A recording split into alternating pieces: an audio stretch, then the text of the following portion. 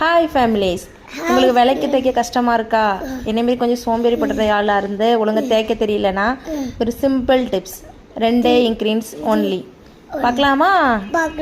A1 powder, என்ன ஒரு பொடினாலும் பரவாயில்ல. 2 நாளுக்கு முன்னாடி ஊற வச்சு புளி உடனே நீங்கள் ஊற வச்சு தேய்க்கதை விடையும் 2 நாளைக்கு முன்னாடி உள்ளது 3 நாளைக்கு உள்ள புளி பார்த்திங்கன்னா நுர பொங்கி எடுத்துருக்குல்ல, இந்த மாதிரி புளி எடுத்து நம்ம எந்த ஒரு விளக்கு தைக்கிற பொடியாக இருந்தாலும் பரவாயில்ல, அந்த பொடி கூட சேர்ந்து தேய்ச்சன்னு வைங்களாம், நல்ல பளபளப்பாயிரும்.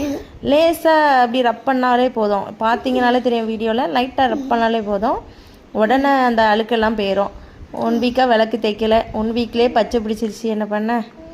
எல்லோரும் எப்படி இருக்கீங்க? எல்லாருக்கும் நியூ இயர் எப்படி போச்சு? எல்லாத்தையும் ஹாப்பி நியூ இயர். இப்போ பார்த்தீங்களா விளக்கு தைச்சப்புறம் விளக்கு எப்படி இருக்குன்ட்டு செம்ம நீட்டாக ஆயிரும்.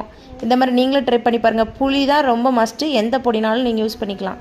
2 நாளைக்கு முன்னாடி உள்ள புளி, கரைச்சி வச்ச புளி. பாய். பிடிச்சிருந்தா லைக் பண்ணுங்கள்.